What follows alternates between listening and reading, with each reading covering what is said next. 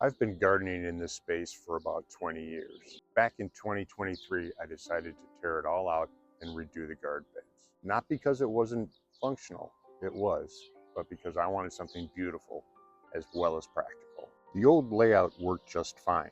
Neat rows, good soil, reliable harvests. But after retiring, I realized I didn't just want function anymore. I wanted to create a space that invited you in, a garden that was beautiful as well as functional. I've always admired potager gardens, those classic kitchen gardens that balance form and function, raised beds laid out with geometry and intention.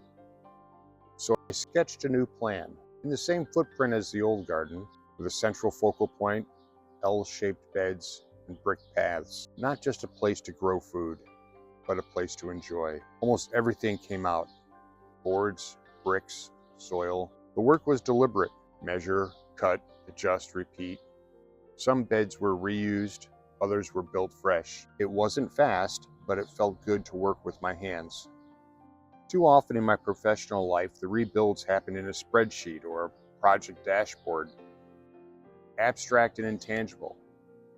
And maybe that's one of the reasons I love gardening. The results are real. You can touch them, walk through them, watch them grow. That brickwork, that was all my wife. And she was out here on her hands and knees, making sure every brick lined up perfectly.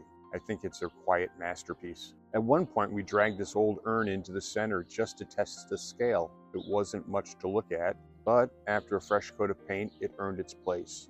Now it anchors the entire layout. It's just proof that not everything needs replacing. Sometimes you just need to see something old in a new light.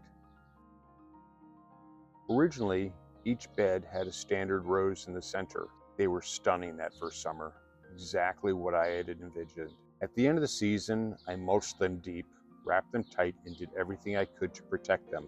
But sadly, they didn't survive the winter. Sometimes, even when you do everything right, things don't last.